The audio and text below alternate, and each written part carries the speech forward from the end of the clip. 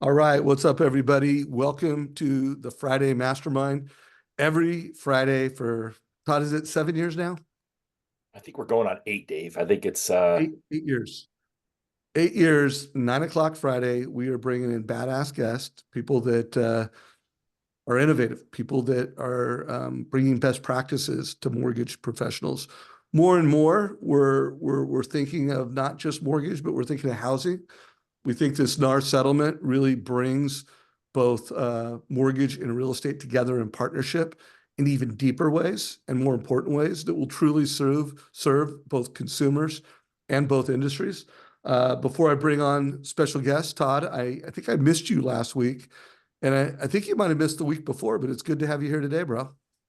I've been on the road at events, speaking, traveling, having fun, and it is great to be back. And I think you kind of nailed it, right? The housing piece is so important, right? We're having clients, conversations, and they're worried, and it's data that helps overcome those worries. And so when we have that data, we can not only have better conversations with our clients, we can also arm our partners with that data so that they too can have better conversations. And so it's always exciting to have our guest on, as we're going to get an amazing ride and insight into data.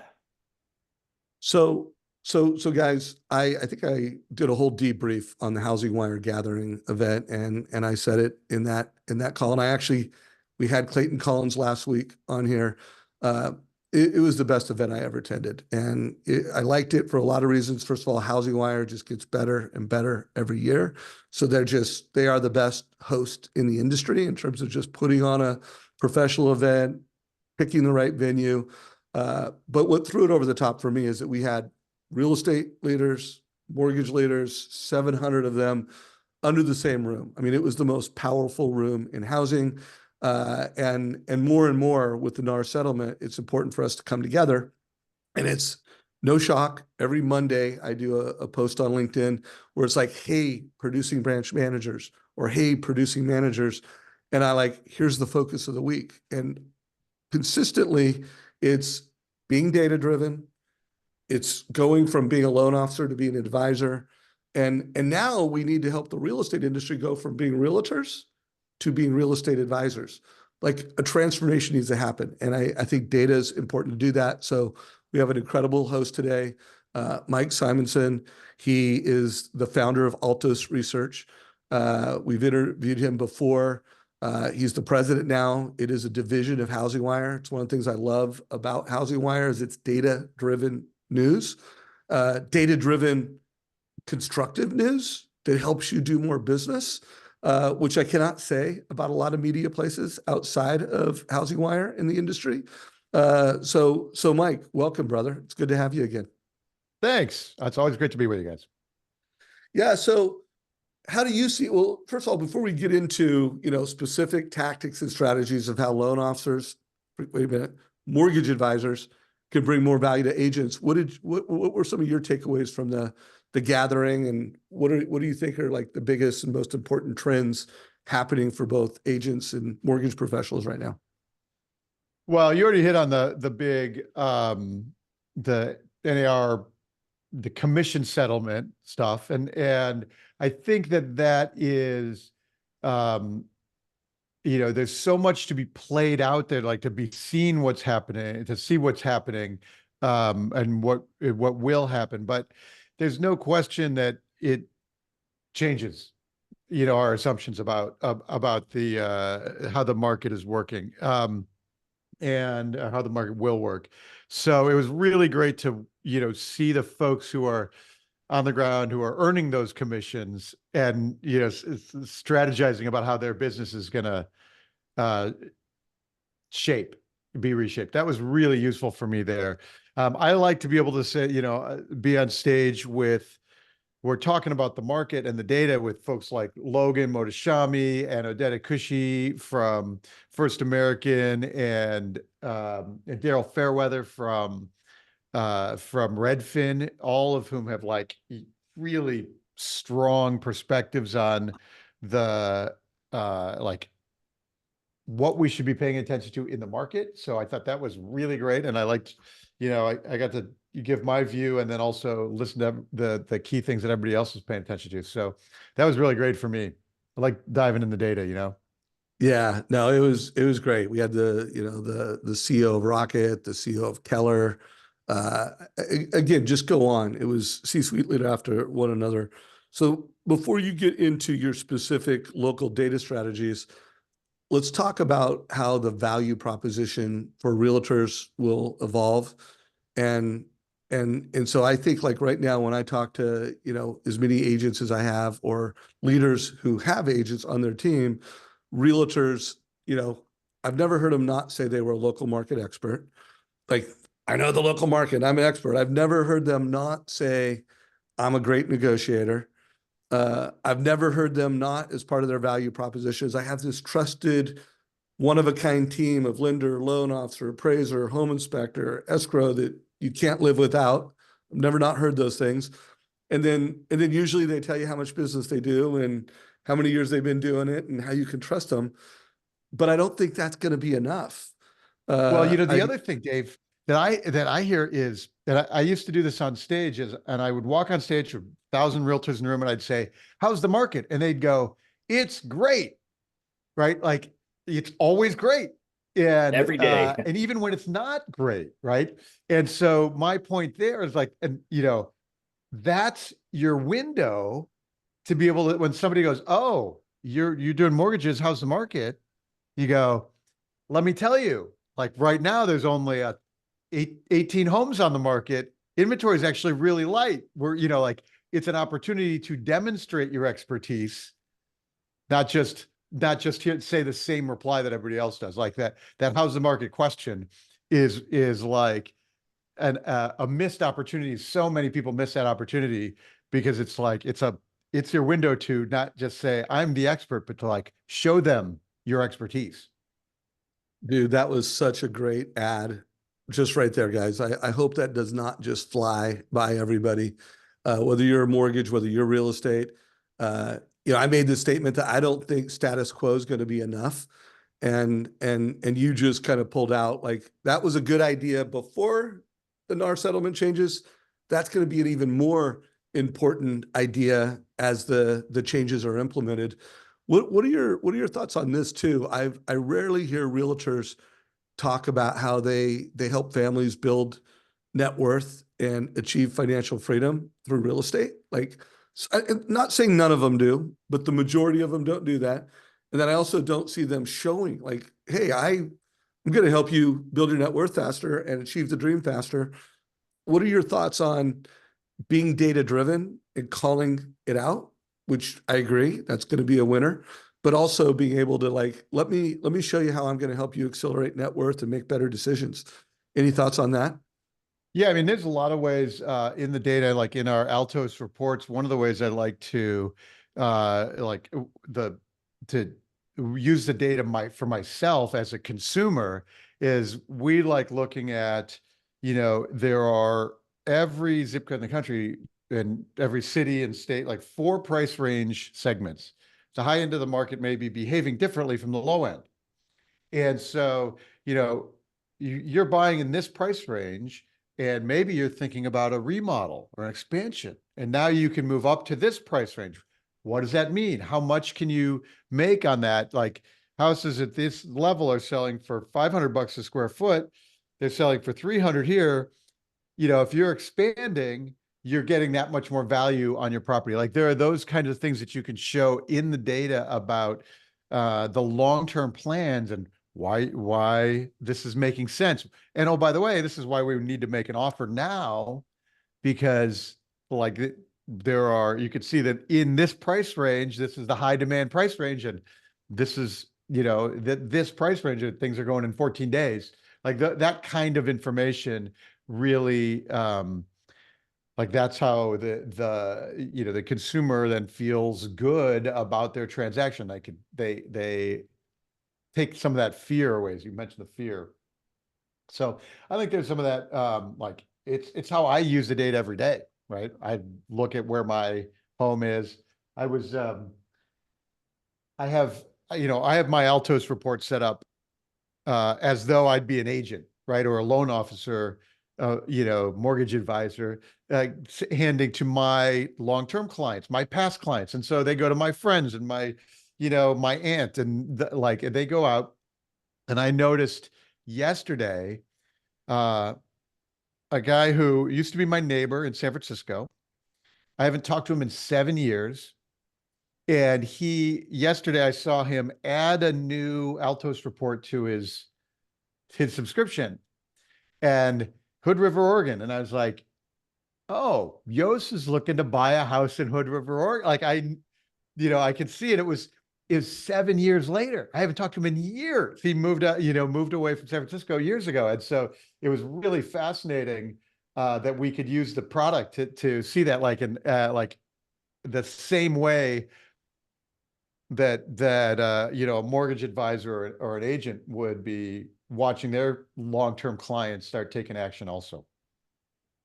Todd, anything you want to call out or any questions you want to Well, take? I want to circle back to the how's the market question, because I was at Slay with Shay yesterday, and Deborah Bird, who's out speaking this morning. Again, she's a hot commodity. She did a presentation on exactly what to say role play, and that was one of the conversations that we role played. And I think that's where Mike nailed it, right? It's an inventory question. And so my response, I would encourage you all, because when a client asks you how's the market, my belief is they're asking that because it's either a filler question or because they have concern. You don't really know. And so a great Phil Jones term to throw in there is, what do you understand about the current market? And that way, are they like a bear or a bull on the current market? You could also use, if they say, well, I'm really worried that the market's going to crash because it's, prices are high, then, again, you could also say, hey, what do you understand about the current inventory situation, right? Mike mentioned, hey, there's only a small number of houses on there. And so I would just think that would be a good term to be thinking about today. If you can get really comfortable with, what do you understand about blank? It could be interest rates, right? When someone says, what's your rate? Hey, what do you understand about rates? And so think about that response. And anytime that you can be a little more curious, we all get into sell mode, right? Sell, sell, sell. Because you're awesome, right? You're all awesome loan officers. You all are experts on it. But rather than come out from curiosity, figure out where they're at, and then figure out what the other questions you can ask them to help them get them down that path of what you think is super important. So that's really what I would throw in there, because I think what we're talking about here is so vital, and I love the path that we're on so far. Yeah, that house market question is, I say there's only three questions in real estate. What's for sale? How much is my house worth? And how's the market? Right? So you're at the barbecue and like, oh, I know you do mortgages, right? How's the market? Like, it's just conversation. And you go like now I reply with data and insight about the market. Now I go like, oh, Todd knows what he's talking about. Now I go like, oh, now when it's time to actually do a loan, I know to call Todd because he knows what he's talking about. Is really a way to establish that expertise. Absolutely. Yeah. And it's always interesting too. I think it's a landmine when someone says, what's your house worth to a realtor? And they actually give them a number without asking first, what do they believe their home is worth? Because ultimately in the end, if they think, the realtor is going to tell them this house is worth 500 grand and the person thinks it's worth $1 million, they already know they're going to annoy the person. And so it's just really a great opportunity to have that curiosity around these conversations. And then you're all at these things like barbecues where people ask you these questions, and it gives you this opportunity to be the expert that you want to be. Because I love your story, right? 7 years later, here's someone who's now giving you a buying clue because you have a product that helps track that, which is super cool. Love that. So let's just dive right in, Mike, and answer this however you want. But what do you think about the market? And how are things shaping up this summer? And then if you want to drive some data, you want to take it macro, you want to take it local, I would just love to hear you talk it out. Yeah. So like, what's the market doing right now? And we can talk a little bit. I can drop into a couple of slides too. In fact, let me just do a screen share and we'll talk on slides at the same time. Here we go. By the way, for people if you're new to Altos, we have an ebook, or you want to understand about how to use market data in your business and how to communicate with the data, and what do the different things mean. We have scripts, and so this is a free ebook that we have, and Anybody can go download it. And you know, it's when I talk about the data, I use this. And so I recommend that. And I can drop, in fact, I can drop in the chat So we'll have a drop in the chat here for there you Facebook. go. We'll put this in Facebook as well.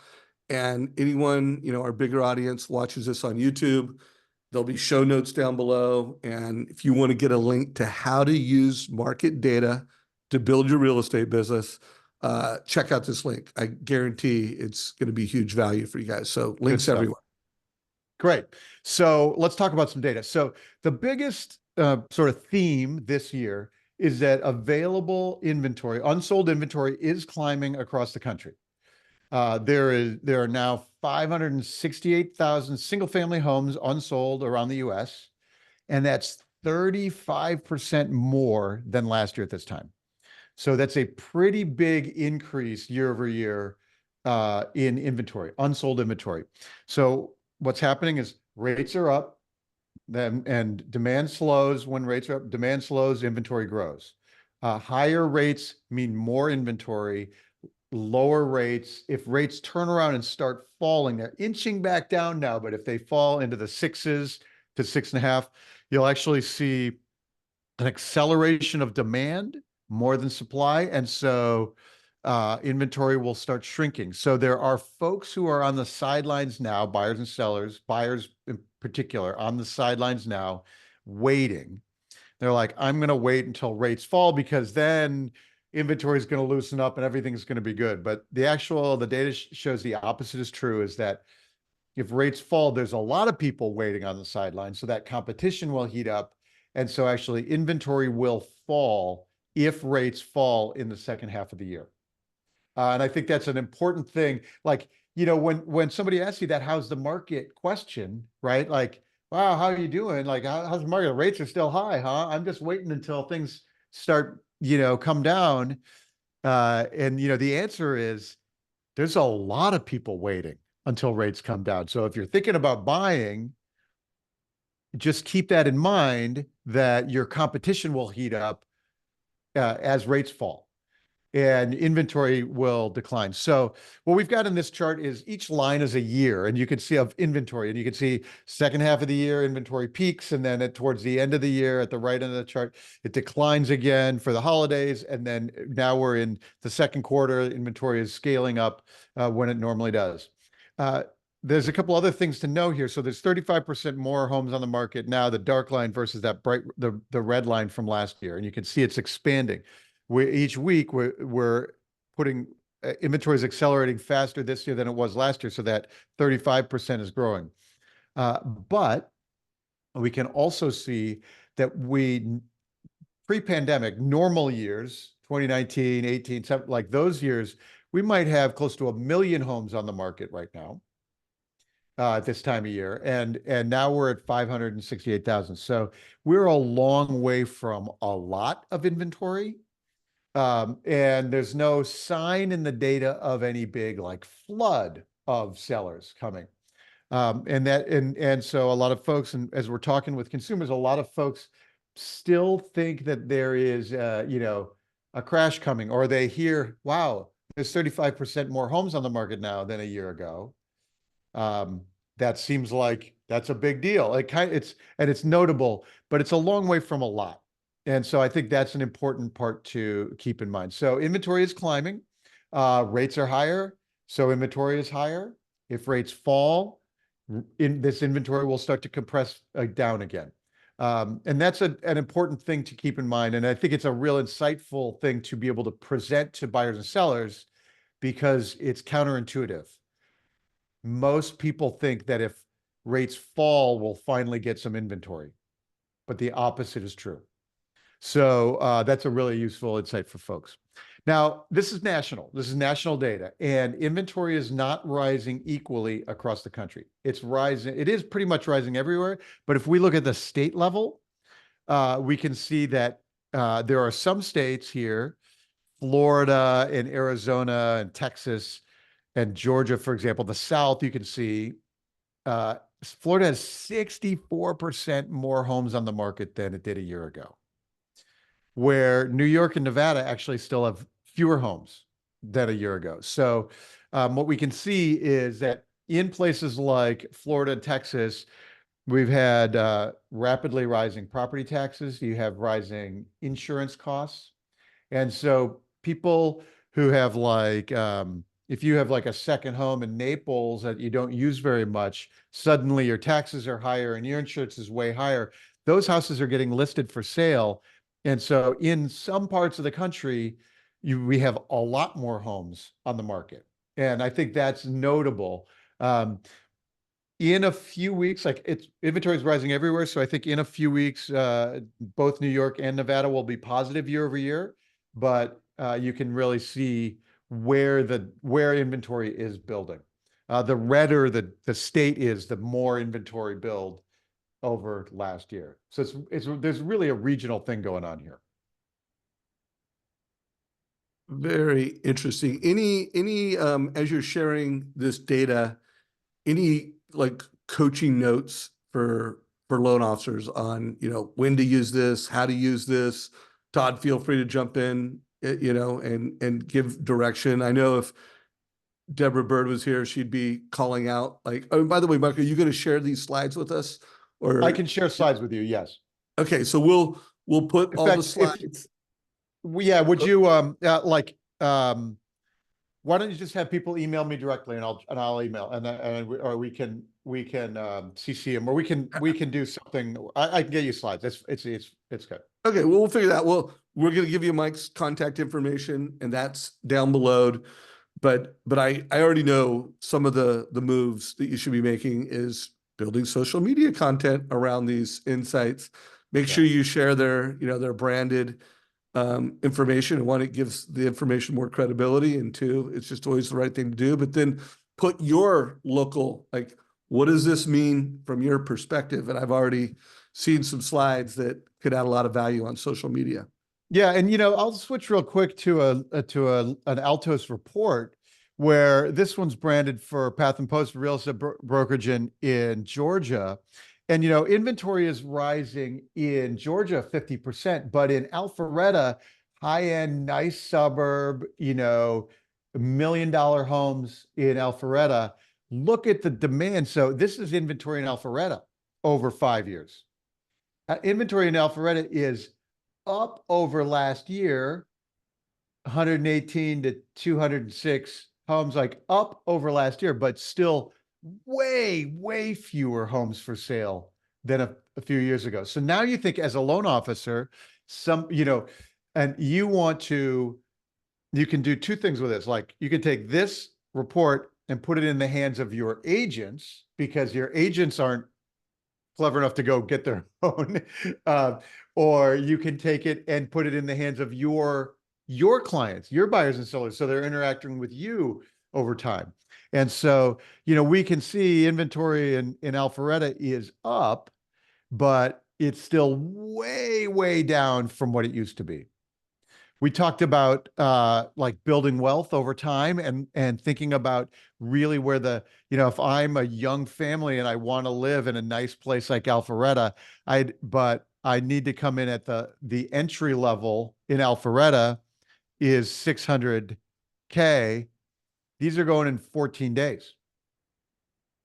Compared to the expensive stuff on multiple acres is taking maybe 5-6 months, right? So you can see exactly where the demand is in Alpharetta. And this is what you can say to your clients.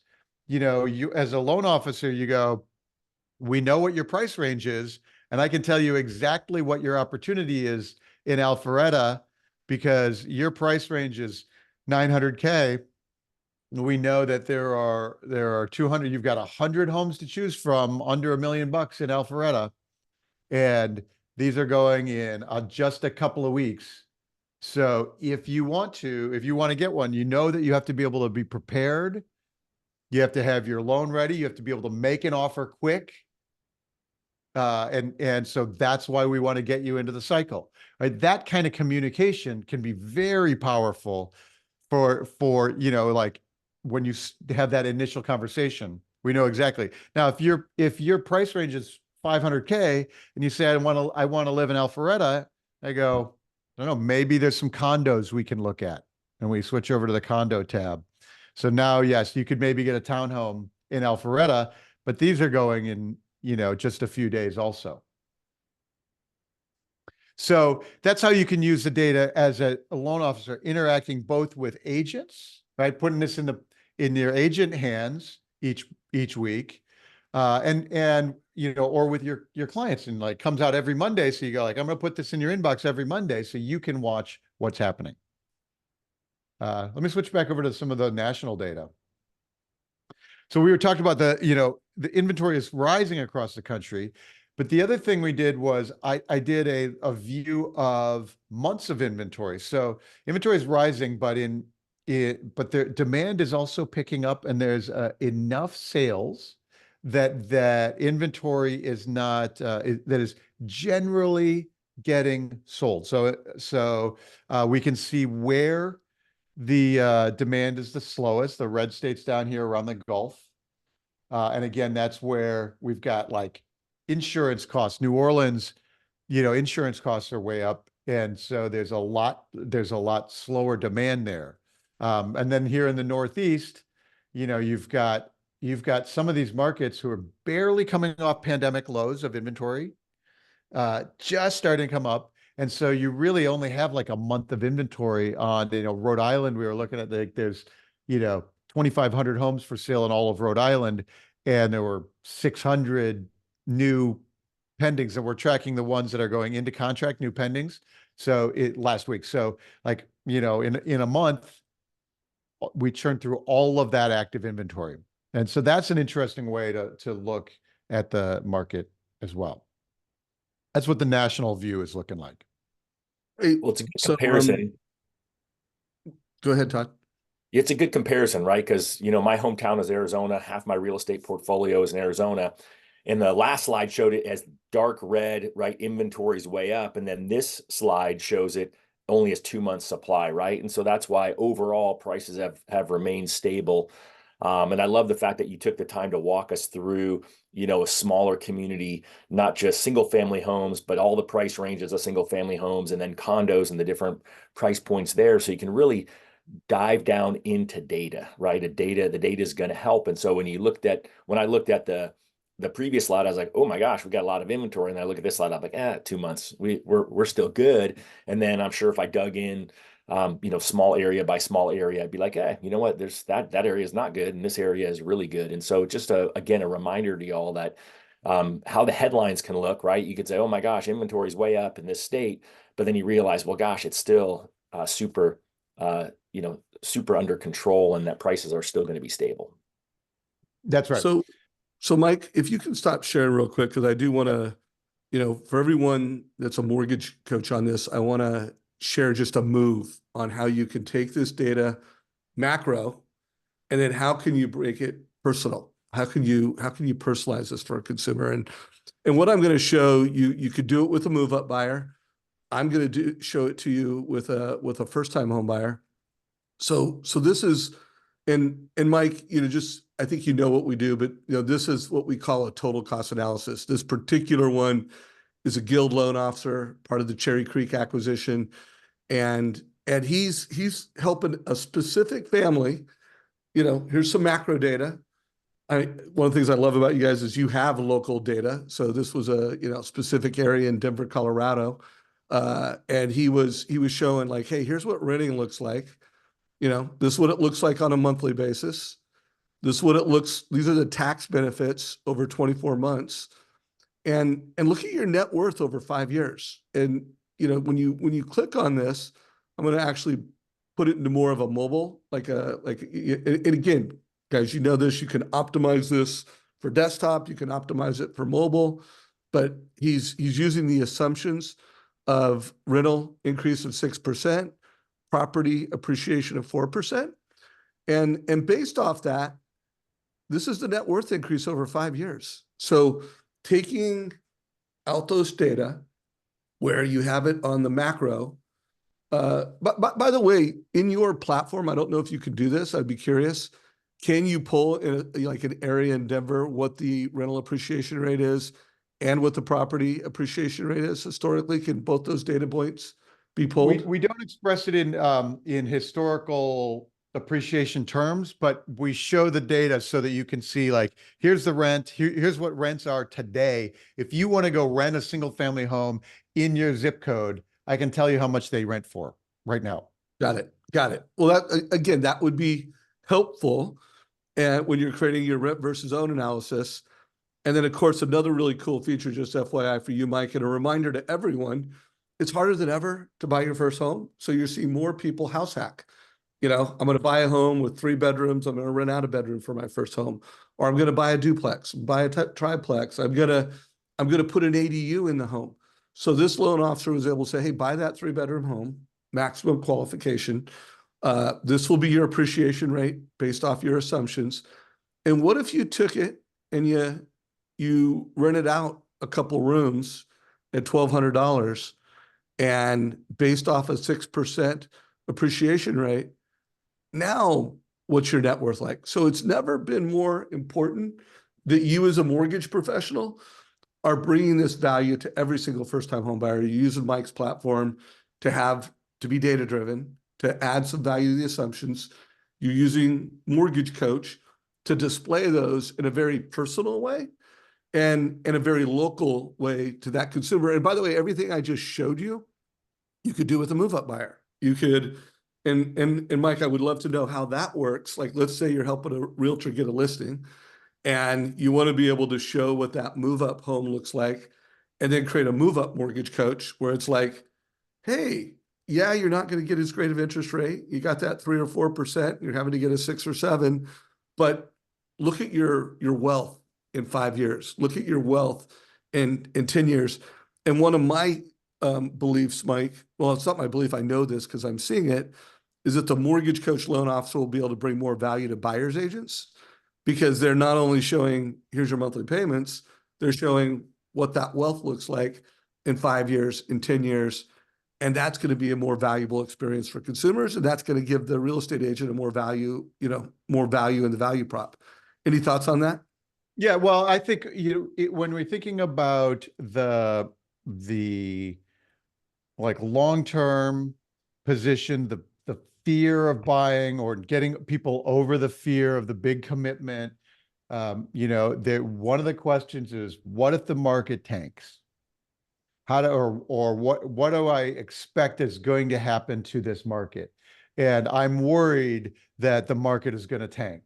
Every house I've ever bought, I was always worried it's going to tank, just after I buy it, right?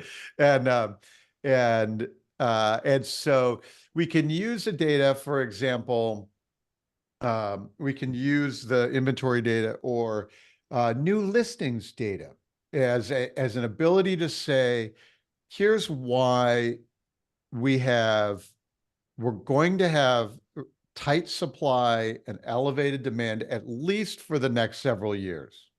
And we can see this historically, around the country. Historically, you might have 100,000 single family homes listed in a given week in May. And this week we had 69,000, right? And that's because sellers are holding onto their home, the homeowners are holding onto their places. So if you are thinking about the long term here, we know that it's going to be really hard for supply and demand to get way out of whack, because, and we can see it in the data, that very few people are selling their houses now.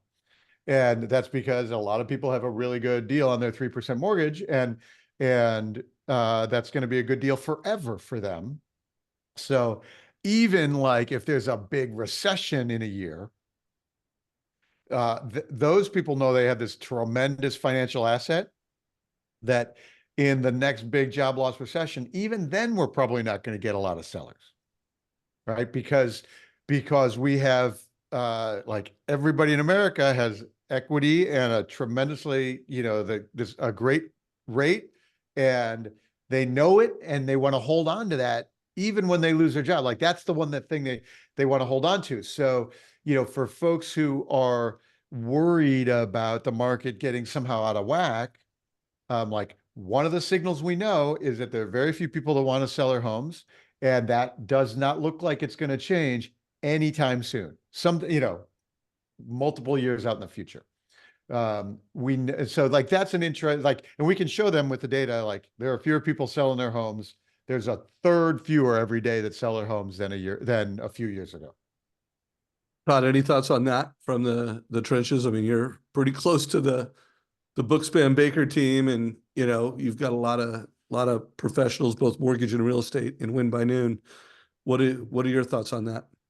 I mean, it's super useful advice and super useful data, right? So as you hear Mike talk through that, I'm just encouraging all to think about how can I take this into what I'm doing in my daily conversations with clients and realtors, and how can I make myself that expert. What I found early on in my career when I was new, and I think it's today, even if you've been in this business for 20 years, right? You need to be established as the expert. And so what Mike just walked you through is how to show yourself as the expert by taking the data, being able to have conversations around it. And I think that oftentimes the number one challenge I'm seeing right now with loan officers is lack of confidence, because we've all gotten our butt kicked the last 18 months.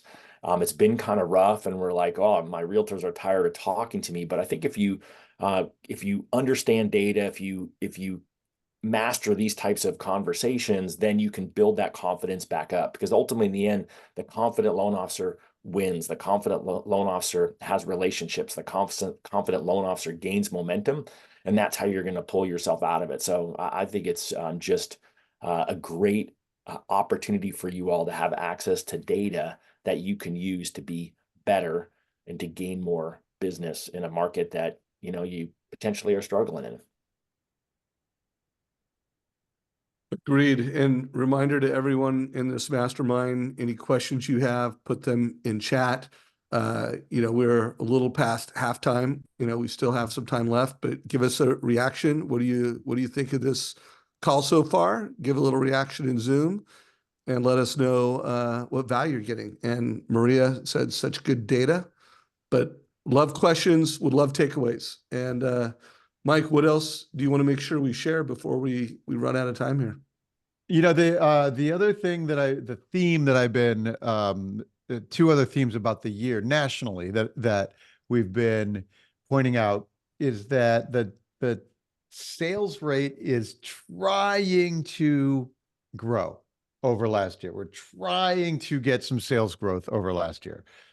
We can see right now in the Altos data, we're tracking every home for sale in the country, all the pendings every week. And so we can see right now that there's like a couple percent more homes in contract than a year ago. A few percent more each week are being sold. Some of the like the MBA has the purchase applications index, and that number is still showing not growth over last year. And what's happening is right now there's a shift to cash buyers as rates have been in the sevens. And so the data shows like as if rates dip down into the mid sixes, that'll start shifting a little bit, and we'll actually see a nice lift in terms of the number of transactions that are getting done, the number of mortgages that are getting done. So there is a little bit of sales growth. And I think what we can do, what it shows us is that we have demand sitting on the sidelines. And as soon as they have some a window that those buyers will those buyers will start to act. And the observation, Dave, is that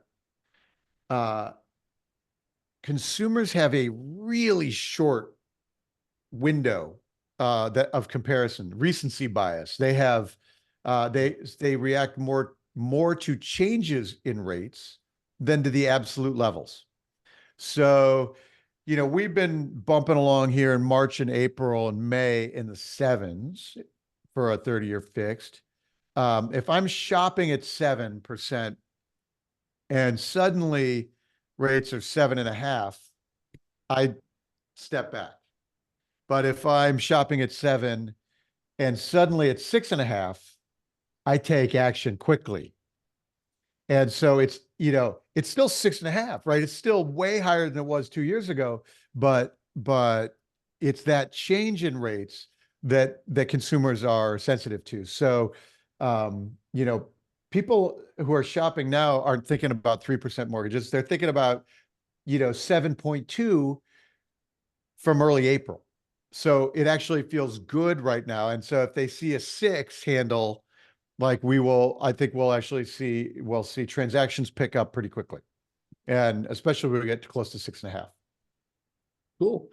Hey, give us a little tour of your platform and what if a loan officer was wanting to leverage your platform to bring more value to a realtor. And I showed you a few things in Mortgage Coach. Another really common way that loan officers are using our platform right now is, should I buy now or should I wait?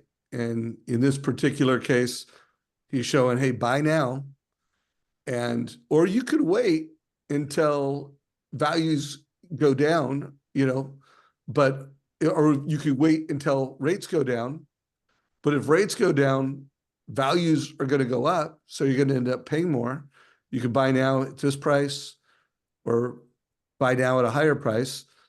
But then they're saying, hey, buy now, but when rates go down, you can refinance. So they're able to really kind of show the buy now, refinance later, and net that out.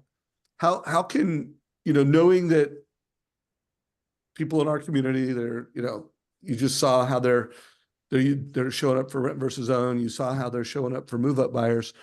How would they use your platform with one of those two strategies or any other strategies you want to share? Well, yeah. So what I would do, and I'll show the platform real quick. So this is the Altos system, and in the Altos system, we've got reports. So these are all the local markets, and I'm logged in as Path and Post right now in Georgia. I've got my contacts, and the email campaigns, and so they have. When I'm looking at all the markets in the Atlanta area, I can see who I've sent it to, and I can see who's opening them and how many reads. I know Woodstock and Alpharetta, and I know, gee, should I call Greg Hubbard? I think I need to call Greg because he's opened his report 6 times today. Like, Greg is in the data. We can use we can also look at who's reading the reports. There's Greg right at the top of the list. Here are 3 new people in the list this week, and we can see the people in the contacts. We have an email campaign. So as a mortgage advisor, you can set up contacts for your agents. Said, hey, I'm going to send you the Woodstock and the Alpharetta report so that you can be prepared for your working with your clients. Now, these are branded for me, loan officer, and so that allows you to nurture the relationship with your agents, and also, all of your past buyer and seller client, your buyer clients, your borrowers over time. And so that's and then when we look at, and we looked at the Alpharetta report, but we can look at the Woodstock report too and see what's happening, with prices in Woodstock. And we can, over time, this is the 5-year price curve in Woodstock, 400K to 600K. Like, you can wait. Here's your price curve, in like here, we know exactly what's happening to home prices in Woodstock. It's like, or we can look at, we have a little more inventory here. We could see, the price per square foot. Like, we know exactly what you're going to buy. We know how many homes we have. We know, like, oh, and your price range is under 500K. These are going to be the older homes. If you want a newer home, it's $1 million. We can see exactly what you're going to get in Woodstock. We can also see, by the way, if we buy the cheapest home in the best neighborhood that we can do, we use that strategy. We're buying a home that's 1,900 square feet. It's a 3.2. And if we invest to expand it, look what happens. It's the same lot. We put in a little more square footage. It actually is a faster time on market once we've updated that house. So like, this is like, if I'm a, you know, when I bought my first house, you know, this is exactly what I did. I bought the cheapest house in the best neighborhood I can. Now I can't go and make it $1 million house because these are on bigger lots, but I might be able to get a $400,000 house up to 700K and so with some investment with my sweat equity. You talked about house hacking. Like, this is a real wealth building opportunity here in a place like Woodstock, because we know it's got great long-term demographics. We know we have opportunity to buy at the low end. They're older homes, so this means they're outdated. There's actually more turnover here, so there's investment opportunity. And I can go and I know exactly what these are going to be 4-bedroom, 3 or 3.5 bath houses. Like, they are going to be 2,000, 2,500 or 3,000 square feet. Like, we know exactly what we can do there. And so we can use that to sit down with an individual, or we can, you know, automate it and put it in people's inboxes so that they can watch it over time. And, you know, when I mentioned my friend had added his report, like what he had done is he said, oh, Woodstock. Okay, well, let me look at Alpharetta. And I grab the Alpharetta report. And I go, oh yeah, I want to get this one. And I hit subscribe. So now I add the Alpharetta report. That goes back into the alerts for you. And now you go, oh, Mike wants Alpharetta. Hey, Mike, I don't know if you're looking at these reports, but you might be interested to know, like, you want to talk about Alpharetta? Like, it's a real buying signal when they start searching around and adding reports and they say which ones they want to get. So, you know, one of my thoughts, Todd, and I'd love, Todd, for you to validate this, but if I was a mortgage professional, I would have this platform.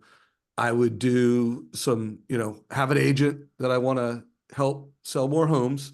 I'd run one of these reports on the area that they have. It would help me identify some of the best move up targets. And then I'd come to that agent, like, I know your market. I know, you know, this move up price point. And then I would have one of our move up analysis TCAs done.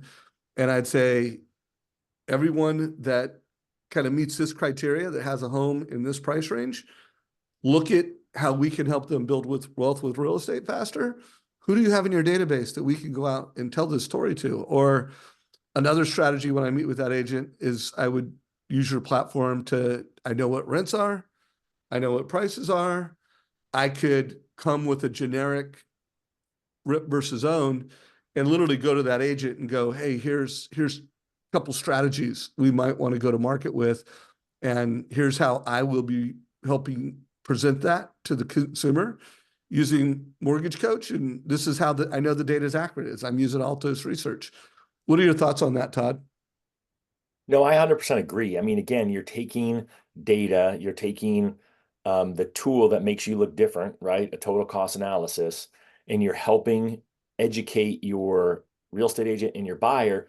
And then you're asking them to go out there and reach into their database and refer those people back to you so that you can help them with this analysis. I really enjoyed the whole idea. It's funny because I've done it in the past, right? I've done house hacking. My first house I bought, I won't say what the mortgage was, but I can tell you this because you're all like, Todd's old when I tell you that I had a $660 mortgage on my first $60,000 house I bought in a college town.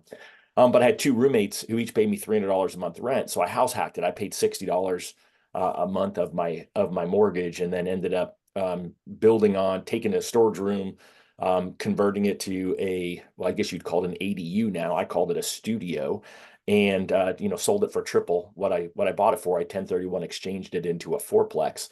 And so there's just great opportunity when you look at that discussion that Mike had of, hey, you can buy the lowest price house in the area. My wife and I did on the last house we sold. I don't think we necessarily bought the lowest price house in the area. We probably bought one that was more towards the upper end, but then we we remodeled it, and we pushed the price up and sold it for the most by 40% that anyone had ever sold a home in our neighborhood, by me understanding the data, by me seeing that one neighborhood over, a house had sold for a lot. That was kind of similar to ours. It had some advantages over what we had, and we had some advantages over them. So when you become an expert at this, when you can look at it with that eye, you can have different conversation with not just your partners, but with their clients that they refer to you. And then you use a tool like MortgageCoach to help people understand how it works. And so I think that that's really the opportunity. I don't want to ignore Paul's got a great question. He said, I'm not sure how to show that demand is sitting on the sidelines. What empirical evidence could I get that would back up this claim? And I know my answer to that, Mike, but what would you say? So the way I try to illustrate it is that we can look at the data, and I can actually show, let me just do one more screen share here. Hey, well, he's getting that pulled up real quick. I know if Deborah Bird was here right now, just spirit of Deborah here, is she would say, like, what I just shared, that data, that strategy, prep for a meeting with an agent to help them sell homes. You can make a social media post out of that same thing too. And so one to many that you could take it one to one with an agent. And then in fact, I'll bet you will see Denise Donahue, the mortgage nerd, doing something like that, because she does do that all the time. Anyways, back to you on answering that question. Well, real quick too, let me piggyback on that, and then I'll let Mike talk. Is that, think about that. You do that video, right? Your one-to-many strategy, and then you then share that link in a DM, is what Deborah would tell you to do, with an agent that you've had conversation with, where you've been liking their posts and commenting on their stories and their DMs, and say, hey, I'd love your feedback on this. Get their feedback, and then you have the opportunity then to ask for the meeting, or say, hey, do you have any clients I could put this together for? So, all right, let's look at what you got here, Mike. Okay, so the question is, how do we know that the demand heats up when rates are fall from here? And what we've got here is we've got the amount of change in rates on the vertical axis, and then change in inventory. So what happens is, when rates fall, the red dots, when rates fall, inventory falls. And so in that period, 2019, rates fell by 200 basis points, and inventory fell by 600,000 units this 2 years, right? On the other hand, the last 2 years, rates rose by 600 basis points and inventory rose by 300 units. So it's a real direct relationship between when rates fall, demand stimulates faster than supply. And so inventory falls. And so it's an illustration of demand essentially sitting on the sidelines at current rates, because when rates fall, we can see that demand picks up, inventory falls. And like, that's the relationship between the cost of money and the demand. And you know, one way to look at it is like, when rates rise, right, demand slows, more money costs more expensive. So demand slows, inventory grows. So this is like an illustration of what happens next. So rates have been rising for 2 years.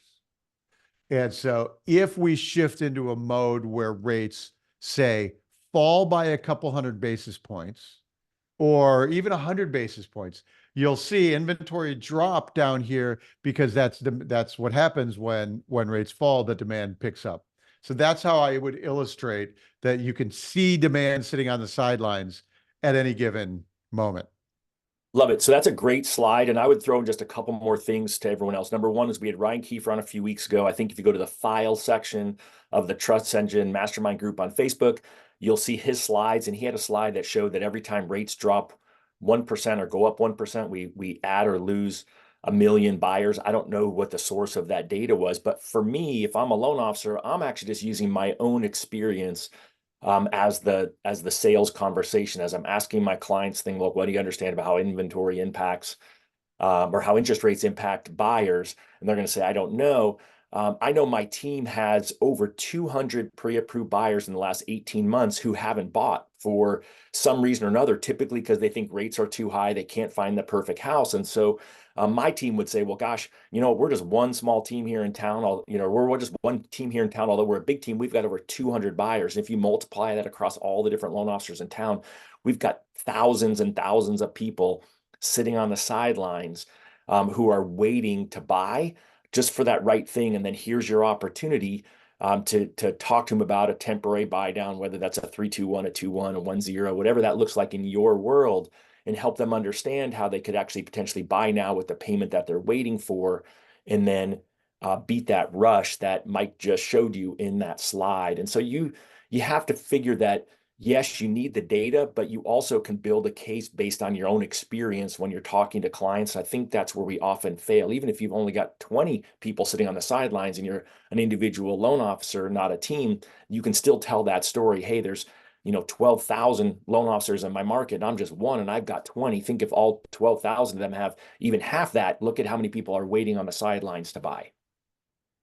So guys, so my final thoughts, and then I'm going to hand it off to Todd to close out the call. And Mike, thank you so much for always coming into this community whenever we ask you. You're just a real, not only gift for us, but I think for the industry. But I want to do more calls on this, because I truly believe the NAR settlement is an extraordinary opportunity for data-driven mortgage advisors to bring a new level of value to agents. One, transform realtors into data-driven real estate advisors, and create more value for consumers. At the end of the day, we are just sitting on a, debt in America is the biggest opportunity in business. I mean, like, guys, here's a chart of debt in America and just how much it's grown. I mean, look at this, guys. Look at how much debt has skyrocketed since 2020. And look how much it's skyrocketed, this past couple decades. Like, there's never been higher, debt in car loans, never been higher debt in credit cards, never been higher debt in student loans. The highest loans in history against 401ks. So everyone in mortgage, you're playing the biggest game in the world. And if you do a great job of helping people leverage their equity, optimize their debt, if you're using local market data like this, you could just crush it. I mean, crush it as we go through this. So hope you do that. Mike, I'm looking forward to talking to you more and doing more content together. And Todd, I'll let you close us out, brother. All right, I got 1 minute to close us out. Here's the bottom line. Another great opportunity for you to rewind, hit rewind and rewatch this and listen for the different ways that Mike walked us through how he teaches on data. What you need is a different perspective. And Mike is someone who teaches this over and over and over to real estate agents and loan officers, just like you. And you now have an opportunity to say, hey, can I take a little bit of a shift? Can I use this data? Can I use the conversations that he just had with us and build that into your repertoire? And then Dave took the Deborah Bird takeaway, which is, hey, how can you one-to-many this opportunity? And then I gave you a strategy for sharing that through DMs with people that you've created the conversations that Deborah always talks about us creating, right? If you're, tracking, right? I've got my social media edition of the planner, which you can see I've done no social media today. There's no check marks in there, but that's all right. I will go in there and do my 20, 20, and 20 that Deborah coaches us all through. So as always, on behalf of Dave, the Trust Engine crew, myself, the team at Win by Noon, thanks, Mike. Appreciate you and Altos and Housing Wire folks for coming in and helping us out. Now it's your job, folks, to make the right choices and go take action today. Appreciate y'all. We'll see you soon. Thanks, everybody.